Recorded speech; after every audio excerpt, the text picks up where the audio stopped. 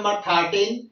The midpoint of the sides of triangle ABC are the points D, E, and F. Given that the coordinates of D, E and F are 5, 1, coordinates 5, 1 है, 6, 5 and 0, 3 respectively. Find the coordinates of A, B and C. A, B and C के coordinates find करना है हमको mid point formula के through. यहाँ पर D, E and F के coordinates हमको दिया गया है और इसमें एक ट्राइंगल्स है। देखिए हम कैसे सॉल्व करते हैं। तो क्वेश्चन हमसे कह रहा था कि एक ट्राइंगल है A, B एंड C, जिसके A, B के मिड पॉइंट D है, जिसके कोऑर्डिनेट 5 एंड 1 है। B, C दूसरा बेस है, B, C के मिड पॉइंट E है, जिसके कोऑर्डिनेट 6 एंड 5 है। सेम उसी तरीके से A, C के मिड पॉइंट F है, जिसके कोऑर्डिनेट्स 0 एंड 3 है। तो हमको A points, B points and C points के कोऑर्डिनेट्स फाइंड करना है। तो हम इसका मान लेते हैं कुछ समय के लिए कि इसका M एंड कोऑर्डिनेट्स है और इसका P Q हो गया। इसके कोऑर्डिनेट B के coordinates P Q and C के कोऑर्डिनेट्स R S हम मान लेते हैं कि इसके कोऑर्डिनेट्स R S है। A B का मिड पॉइंट D है, तो हम मिड पॉइंट फार्मूला के थ्रू कोऑर्डिनेट्स M और M N and P Q को निकालेंगे। तो इसको इस तरीके से कर लेते हैं। मान लीजिए ये लाइन A एंड B है, इसके मिड पॉइंट्स D, जिसके कोऑर्डिनेट्स 5 एंड 1 है, और A पॉइंट के कोऑर्डिनेट्स हमने सपोज किया है M and N। B point के कोऑर्डिनेट्स P एंड Q। तो मिड पॉइंट फार्मूला इसमें लगाएंगे हम। मिड पॉइंट फार्मूला हम पढ़ चुके हैं। मिड पॉइंट फार्मूला मान लीजिए हमको ये x है और ये y है, तो ये होगा x1 और ये होता है y1 और ये होता है x2 और ये हमारा होता है y2। तो हमको इसमें निकालना होता है वैल्यू x की। तो x की वैल्यू मिड पॉइंट के फार्मूला के थ्रू हम लगाते हैं x1 प्लस x2 अपन 2। y के निकालने के लिए, y की वैल्यू निकालने के लिए हम क्या करते हैं y1 प्लस y2 अपन 2। तो इसमें हम देखते हैं हमको निकालना है मान लीजिए x की वैल्यू। तो यहाँ पर x की वैल्यू दिया हुआ 5, तो यहाँ पर हम 5 राइट कर देते हैं। x की वैल्यू, x1 की वैल्यू m है, तो यहाँ पर m राइट कर देते हैं। x2 की वैल्यू दिया हुआ है p, तो यहाँ पर हम p राइट कर देते हैं अपन 2। क्रॉस मल्टीप्लाई कर देते हैं, 5 2 जा 10, तो m plus p equal to 10। ये हमारा इक्वेशन 1 हो गया। इक्वेशन 1। सेम उसी तरीके से इसमें हम y की वैल्यू फाइंड करते हैं। तो y इक्वल टू 1 है, 1 is equal to y1 is equal to n plus y2 equal to है यहाँ पर q, तो q राइट कर देते हैं अपन 2। क्रॉस मल्टीप्लाई करते हैं, 2 1 जा 2 यानी कि n plus q equal to 2। ये हमारा इक्वेशन नंबर 2 हो गया। जैसे अब हम फाइंड करेंगे B एंड C में P एंड Q इक्वेशन। एक सपोज ये लाइन B एंड C को यहाँ पर हम राइट कर दे रहे हैं, बना दे रहे हैं B एंड C, और मिड पॉइंट इसका E है। इसके कोऑर्डिनेट्स P एंड Q है, P एंड Q, और मिड पॉइंट 6 एंड 5, यहाँ E है मिड पॉइंट, इसके कोऑर्डिनेट 6 एंड 5 है, और C के कोऑर्डिनेट्स हमने माना है R एंड S। इसको ये x होता है और ये हमारा y होता है। इसमें x1 ये हो गया और ये y1 हो गया, और ये x2 और ये y2 हो गया। अब हम वही मिड पॉइंट फार्मूला लगाएंगे। मिड पॉइंट फार्मूला में x की वैल्यू फाइंड करते हैं, तो x इक्वल टू हो जाएगा हमारा x1 plus x2 upon 2। Value put करेंगे, तो x1 की वैल्यू दिया हुआ है p, यहाँ पर p राइट, x की वैल्यू दिया हुआ है 6, तो यहाँ पर पहले 6 राइट कर देते हैं। x1 की वैल्यू दिया हुआ है x1 इक्वल टू p, तो यहाँ पर p राइट कर देते हैं। x2 कितना दिया हुआ है, x2 इक्वल टू r दिया हुआ है, तो यहाँ r राइट कर देते हैं प्लस 2। क्रॉस मल्टीप्लाई करेंगे, 6 2 जा 12 हो जाएगा, यानी p plus r equal to 6 2 जा 12। ये हमारा इक्वेशन 2, हमने इक्वेशन 1 2 फाइंड कर चुका है, और ये इक्वेशन 13 हो गया। मैं यहाँ पर लिख दे रहा हूँ equation number 13, p plus r equal to 12, p plus r equal to 12। ये इक्वेशन नंबर हमारा 3 हो गया। सेम उसी तरीके से अब हम y की वैल्यू फाइंड करते हैं इसमें, तो y इक्वल टू होता है y1 plus y2 upon 2। y equal to y1 दिया हुआ है कितना, q plus y2 r s upon 2। y की वैल्यू यहाँ पर y इक्वल टू है 5, तो यहाँ पर 5 राइट कर देते हैं। फिर क्रॉस मल्टीप्लाई करेंगे, q plus s equal to 5 2 जा 10।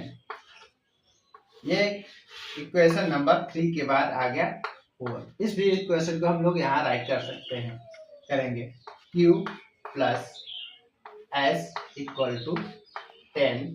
ये इक्वेशन नंबर 4। जैसे एक लाइन है और a एंड c,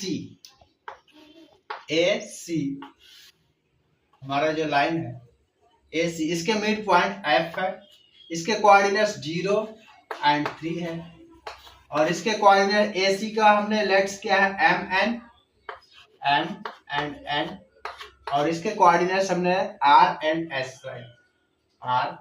RS, इसके कोऑर्डिनेट्स हमने RS लेट्स किया है।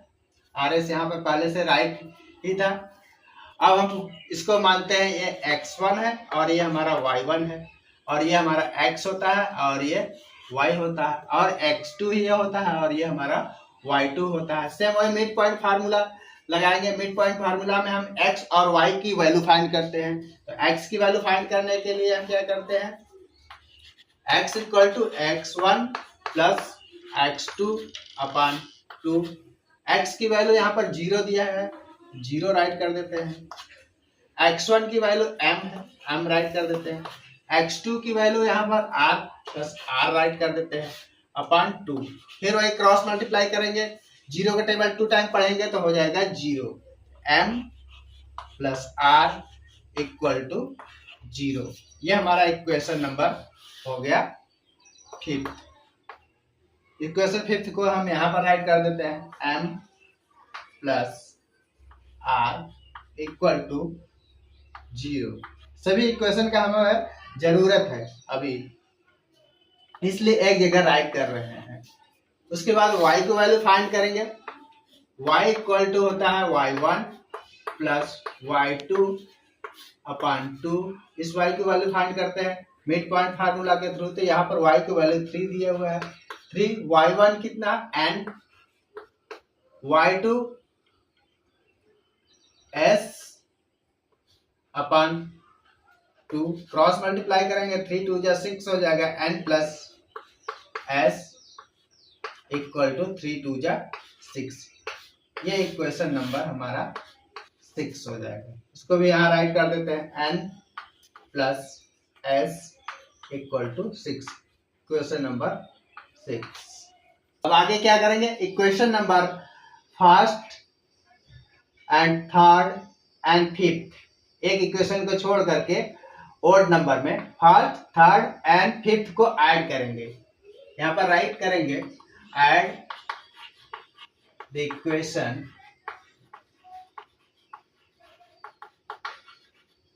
First third and fifth.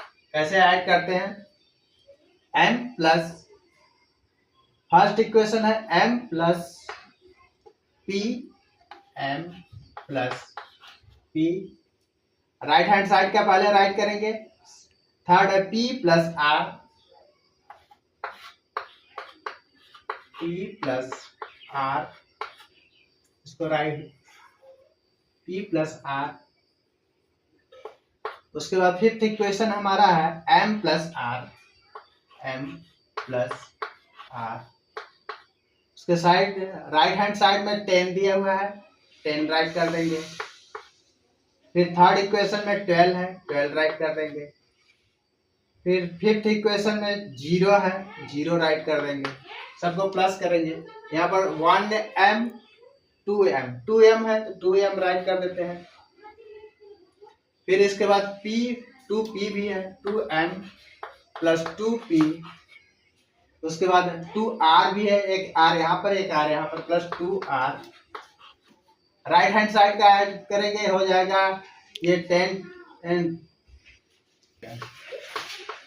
इसको प्लस करेंगे, इसको 0 को 22।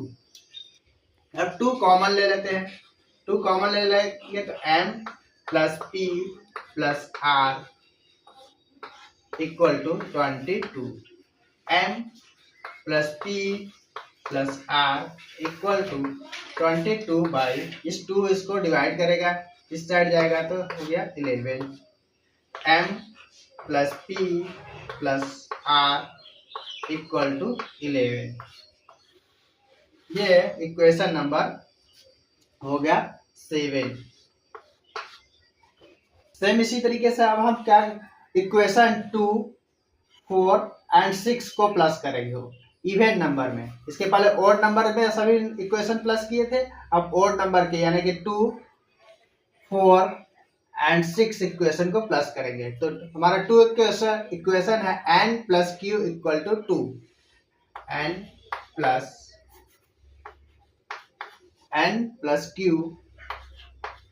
इक्वल टू, पहले right hand side left hand side का लिखेंगे, उसके बाद राइट हैंड साइड का लिखेंगे। n प्लस q है राइट लेफ्ट हैंड की ओर, इसमें 4 में q प्लस s है, q प्लस s।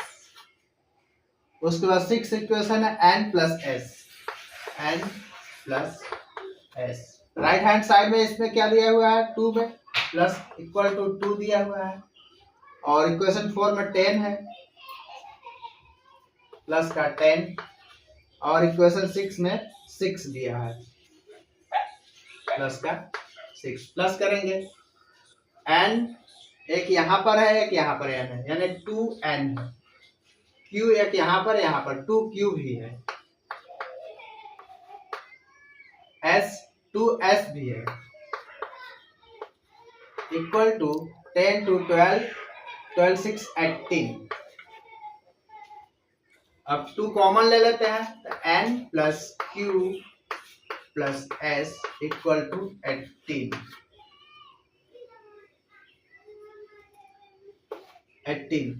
2 अब इसको जाकर के डिवाइड कर देगा, n plus q plus s equal to 18 upon 2 9 या 18। n plus q plus s equal to 9। ये इक्वेशन नंबर 8। इक्वेशन 7, इक्वेशन 8 अब हमने फाइंड कर लिया, n plus q plus s equal to 9। ये हमारा इक्वेशन 8। 7 पर हम देखते हैं mp is r equal to 11 दिया हुआ है, तो mp यहाँ पर दिया हुआ है 10, तो mp यहाँ पर पहले इस इक्वेशन को नीचे राइट करते हैं, mp equal to 11, equation number 7 है हमारा। mp इक्वल टू हम देख रहे हैं mp प्लस r, सॉरी,